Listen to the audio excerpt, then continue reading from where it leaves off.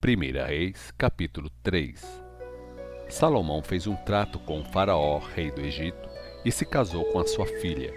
Ele trouxe a mulher à cidade de Davi até terminar a construção de seu palácio e da casa do Senhor e do muro ao redor de Jerusalém. Nessa época, o povo de Israel oferecia seus sacrifícios sobre altares feitos nas montanhas, porque o templo em honra ao nome do Senhor ainda não tinha sido construído.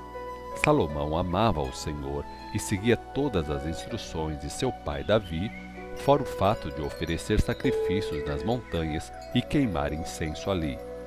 O mais famoso dos altares, no topo do monte, ficava em Gibeon. O rei Salomão foi para lá e ofereceu como sacrifício 1000 ofertas queimadas. Naquela noite, o Senhor apareceu a ele num sonho e disse: "Peça-me o que quiseres, e eu darei a você." Salomão respondeu: "O Senhor foi muito bondoso para com o seu servo, meu pai Davi, porque ele foi honesto, verdadeiro e fiel ao Senhor e obedeceu aos seus mandamentos. E o Senhor continuou a mostrar grande bondade por ele, dando-lhe um filho para reinar em seu lugar. Agora, Senhor meu Deus, o Senhor fez o seu servo reinar em lugar de meu pai Davi, mas eu sou como um menino pequeno que não sabe andar sozinho. E aqui está o seu servo no meio do seu povo escolhido, uma nação tão grande que nem se pode contar. Dá ao seu servo um coração compreensivo, de modo que eu possa governar bem o seu povo e prudentemente discernir entre o que é certo e o que é errado. Pois quem é capaz de julgar esse seu grande povo?" O Senhor se agradou com o pedido de Salomão. Por isso, Deus respondeu: "Já que você pediu sabedoria para governar o meu povo, e não uma vida longa, ou riquezas para si, ou a morte dos seus inimigos, mas entendimento para discernir o que é justo, vou dar o que você me pediu. Vou dar um coração mais sábio e entendido do que o de qualquer outra pessoa nascida antes ou depois de você. E também vou dar o que você não pediu, riquezas e honra. Ninguém em todo o mundo será tão rico e famoso quanto você pelo restante de sua vida. E eu darei a você uma vida longa se você me seguir e obedecer às minhas leis e aos meus mandamentos, como fez o seu pai Davi." Então Salomão acordou e percebeu que tinha sido um sonho. Em seguida, ele voltou a Jerusalém e foi ao tabernáculo. Lá ele se colocou diante da arca da aliança do Senhor e ofereceu sacrifícios de ofertas queimadas e ofertas de paz. Então convidou todos os seus oficiais para um grande banquete. Logo depois disso, 2 prostitutas compareceram diante do rei para ele resolver uma discussão entre elas. Uma delas disse: "Meu senhor, nós moramos na mesma casa. Eu dei à luz a um filho e ele estava comigo na casa. Quando ele estava com 3 dias, esta mulher também deu à luz um filho. Não havia ninguém mais em casa. Mas o bebê dela morreu durante a noite quando ela, dormindo, se deitou sobre ele. Então ela se levantou de noite e tirou o meu filho do meu lado enquanto eu, sua serva, dormia, e o colocou ao lado dela. Em seguida, colocou o filho dela, que estava morto, ao meu lado. No meio da noite, quando quis dar de mamar ao meu filho, ele estava morto. Mas quando ficou claro o dia, eu vi que não era o filho que eu dera à luz." Então a outra mulher disse: "Certamente que o filho era dela e o filho vivo era meu." "Não," disse a primeira mulher, "o morto era seu e o vivo era o meu." E assim elas discutiam diante do rei. Então disse o rei: "Vamos esclarecer as coisas. As 2 reclamam a criança viva, e cada uma diz que a criança morta pertence à outra." E o rei continuou: "Tragam-me uma espada." E trouxeram uma espada para o rei. Ele disse: "Cortem a criança viva ao meio e deem metade a uma e metade à outra." A mulher, que realmente era mãe da criança e que amava muito seu filho, clamou: "Oh, não, meu senhor! Dê a ela a criança viva, não mate o menino." A outra mulher, porém, dizia: "Muito bem, ele não será nem seu nem meu. divida o menino entre nós duas. Então o rei disse: deem a criança à mulher que deseja que ele viva, pois ela é a mãe. A notícia da decisão do rei se espalhou depressa por todo o país, e todas as pessoas ficaram admiradas e passaram a respeitá-lo porque reconheceram a grande sabedoria que Deus tinha dado a Salomão para fazer justiça. 1 Reis, capítulo 4. Salomão foi rei sobre todo o povo de Israel. Estes foram os seus principais assessores. Azarias, filho de Zadok, era o sumo sacerdote. Eliorefe e Aías, filhos de Cissa, eram os secretários. Josafá, filho de Ailude, era quem escrevia a história dos acontecimentos e era encarregado dos arquivos. Benaia, filho de Joiada, era o comandante do exército. Zadok e Abiatar eram sacerdotes. Azarias, filho de Natã, cuidava dos negócios do governo e era o chefe dos administradores dos distritos. Zabude, filho de Natã, era o sacerdote e conselheiro pessoal do rei. Aizar era o encarregado geral do palácio. Adonirão, filho de Abidá, era o encarregado dos trabalhos forçados. Salomão também nomeou 12 administradores distritais, responsáveis por trazer alimento do povo para o rei e o seu palácio. Cada um deles fornecia mantimentos durante um mês do ano. Estes são os nomes dos 12 administradores e dos seus distritos: Ben-Ur, da região montanhosa de Efraim; Ben-Dequer, em Macás; Salbim, Bet-Semes, Elon e Bet-Anã; Ben-Resede, em Arubote, Socó e toda a terra de Éfer; Ben-Abinadab, casado com a princesa Tafate, filha de Salomão, nas terras altas de Dor; Baná, filho de Ailude, em Tanak, Megido, e toda a Bet-Seã, perto de Zaretã, abaixo de Jezreel, desde Bet-Seã até Abel-Meolá e além de Joquimeão; Ben-Geder, em Ramote Gileade, incluindo os povoados de Jair, filho de Manassés, em Gileade, e a região de Argobe, em Bazã, incluindo 60 grandes cidades cercadas de muros com barras de bronze nos portões. Ainadab, filho de Ido, em Manaim; Aimaas, em Naphtali, casado com a princesa Basemate, filha de Salomão; Baná, filho de Uzai, e Aser e Bealote; Josafá, filho de Parua, em Sacar; Simei, filho de Elá, em Benjamim; Geber, filho de Uri, em Gileade, incluindo os territórios de Seom, rei dos amorreus, e de Og, rei de Bazã. Havia um só administrador desse distrito. Nessa época, o povo de Israel e de Judá era tão numeroso como a areia do mar da praia. Eles comiam, bebiam e se alegravam. O rei Salomão governava toda a região, desde o rio Eufrates até a terra dos filisteus, chegando até a fronteira do Egito. Esses povos conquistados dessas terras pagavam impostos a Salomão e continuaram a prestar serviços a eles durante o tempo em que viveu. Para a provisão diária do palácio, eram necessários 30 tonéis de farinhas da melhor qualidade, 60 tonéis de farinha comum, 10 bois trazidos dos pastos de engorda, 20 bois de pasto comum, 100 ovelhas e de tempos em tempos, veados, gazelas, corças e aves escolhidas. Salomão dominava sobre todos os reinos a oeste do rio Eufrates, desde Tífisa até Gaza, e havia paz em toda a terra em volta. Durante a vida de Salomão, toda a terra de Judá e de Israel viveu em paz e segurança de uma ponta do país até a outra, e cada família tinha suas videiras e figueiras. Salomão possuía 4.000 cocheiras para cavalos de carros de guerra e empregava 12.000 homens que conduziam os carros. Cada mês, um dos administradores de distrito fornecia provisão para o rei Salomão e para o pessoal que comia à sua mesa. Eles cuidavam para que não faltasse nada. Também forneciam a cevada e a palha para os cavalos dos carros de guerra do rei, que estavam nos estábulos, e para os outros animais. Deus concedeu a Salomão grande sabedoria e entendimento, e um conhecimento tão vasto quanto a areia do mar. Na verdade, a sabedoria de Salomão era maior do que a de qualquer sábio do Oriente, inclusive dos sábios do Egito.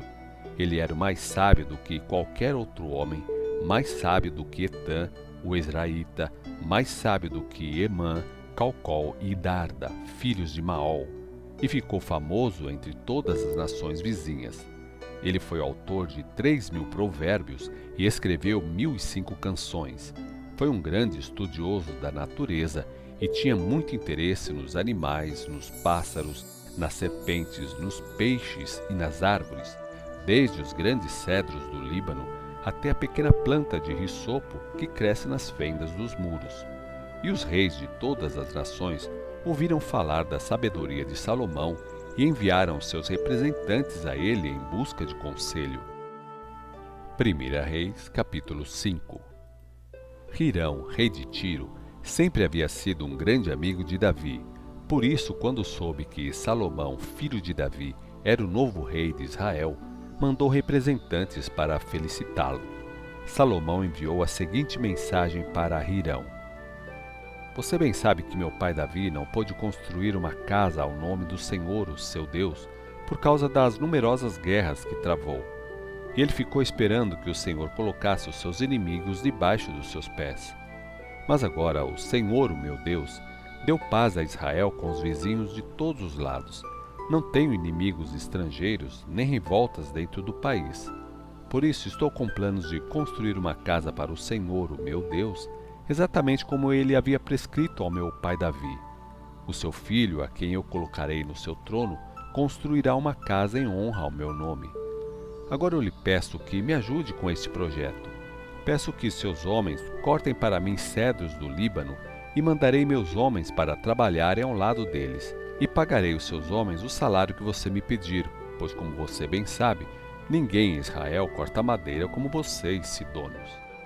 Hirão ficou muito contente com a mensagem de Salomão e disse: Louvado seja o Senhor, pois deu a Davi um filho sábio para ser rei do grande povo de Israel. Então, ele mandou a seguinte resposta a Salomão: Recebi a sua mensagem e vou fazer conforme seu pedido no que se refere à madeira. Posso fornecer madeira de cedro e de pinho. Meus homens trarão as toras das montanhas do Líbano até o mar Mediterrâneo e farão jangadas delas.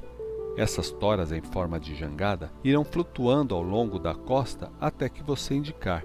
Depois desmancharemos as jangadas e lhe entregaremos a madeira. Você pode me pagar com alimento para minha casa. Assim, Hirão cortou para Salomão tanta madeira de cedro e de pinho quanto ele desejou. E como pagamento, Salomão mandou a ele cada ano 20.000 tonéis de trigo para sustento de sua casa e 20.000 tonéis de azeite puro de oliva. O Senhor deu a Salomão grande sabedoria, exatamente como lhe havia prometido. Hirão e Salomão fizeram um tratado de paz. Então, Salomão chamou 30.000 trabalhadores de todo Israel e mandou esses homens ao Líbano, em grupos de 10.000 por mês, de modo que cada homem passava um mês no Líbano e 2 meses em casa. Adonirão era o chefe geral desse acampamento de trabalho. Além desses, Salomão tinha 70.000 operários, 80.000 cortadores de pedra na região das montanhas e 3.300 chefes de turmas que supervisionavam as obras e comandavam os trabalhadores. Por ordem do rei, os cortadores de pedra modelavam enormes blocos de pedra de ótima qualidade para o alicerce do templo. Homens de Gebal ajudaram os construtores de Salomão e de Hirão no corte e preparo da madeira e também no preparo das pedras para a construção do templo. 1 Reis, capítulo 6. Foi na primavera do 4º ano do reinado de Salomão que ele começou a construção do templo. Isso ocorreu 480 anos depois que o povo de Israel deixou a escravidão do Egito. O templo que o rei Salomão construiu para o Senhor media 27 metros de comprimento, 9 metros de largura e 12 metros e meio de altura. Na frente do templo havia uma entrada especial do santuário que media 9 metros de largura e avançava 4 metros e meio à frente do templo. De ponta a ponta havia janelas estreitas. Nos 2 lados do templo foram construídos quartos que davam de frente para os muros de fora. Cercavam o santuário e o lugar santíssimo. Esses quartos eram de 3 andares. O andar de baixo media 2 metros e 25 centímetros, o segundo andar media 2 metros e 70 centímetros e o andar de cima media 3 metros e 15 centímetros. Os quartos estavam ligados às paredes do templo, de modo que não fosse necessário perfurar as paredes com as vigas. As pedras usadas na construção do templo eram preparadas na própria pedreira, de modo que toda a estrutura do templo foi construída sem que se houvesse o som de martelo, de machado ou de qualquer outra ferramenta no local da construção. A entrada para o andar de baixo desses cômodos laterais ficava pelo lado direito do templo, e havia uma escada que subia para o segundo andar e outra escada que ia do segundo para o terceiro andar. Depois de acabada a construção do templo, Salomão revestiu tudo com chapas de madeira de cedro, incluindo as vigas e as colunas. Havia uma construção anexa em cada lado do edifício, ligada às paredes do templo por madeira de cedro. Cada andar dessa construção anexa media 2 metros e 25 centímetros de altura. Então, o Senhor mandou esta mensagem a Salomão com respeito ao templo que ele estava construindo. Quanto a este templo que você está construindo, se você seguir todos os meus mandamentos e as minhas instruções, cumprirei o que disse a seu pai Davi. Morarei no meio dos israelitas e nunca abandonarei Israel, o meu povo. E assim, Salomão terminou a construção do templo.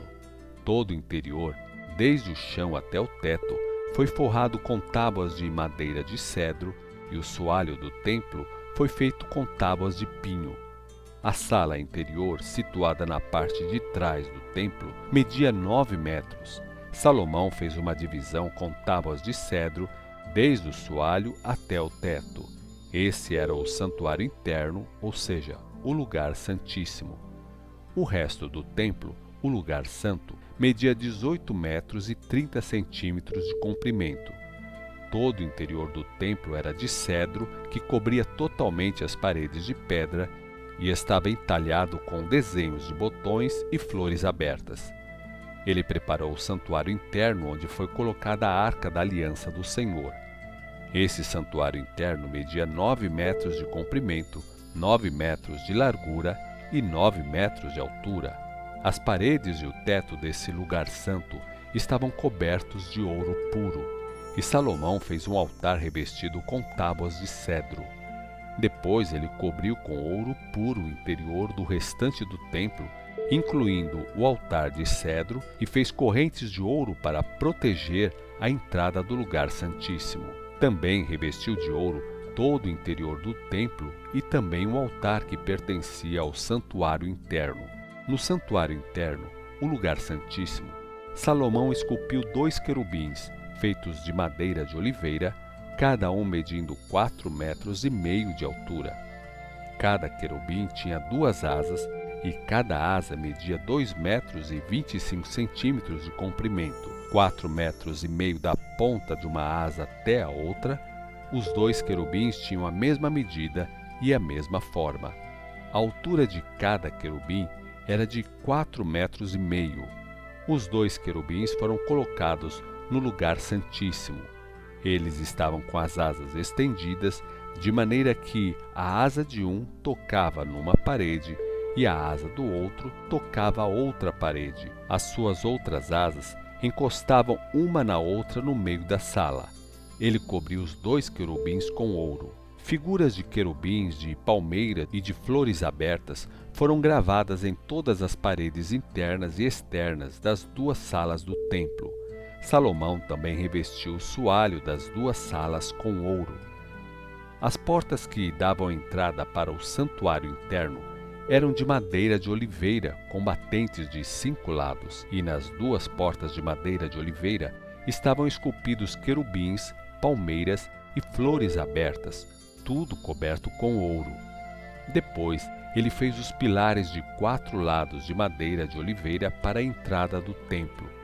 Fez também 2 portas de madeira de pinho, cada porta com 2 folhas presas por dobradiças. Nessas portas havia figuras de querubins, de palmeiras e de flores abertas, cuidadosamente revestidas de ouro. A parede do pátio interno tinha 3 camadas de pedras cortadas e uma camada de vigas de cedro. O alicerce do templo do Senhor foi assentado perto do mês de maio, no 4º ano do reinado de Salomão. A construção toda foi completada em cada detalhe, de acordo com as suas especificações, no mês de novembro do 11º ano do seu reinado. Salomão levou 7 anos para construir o templo.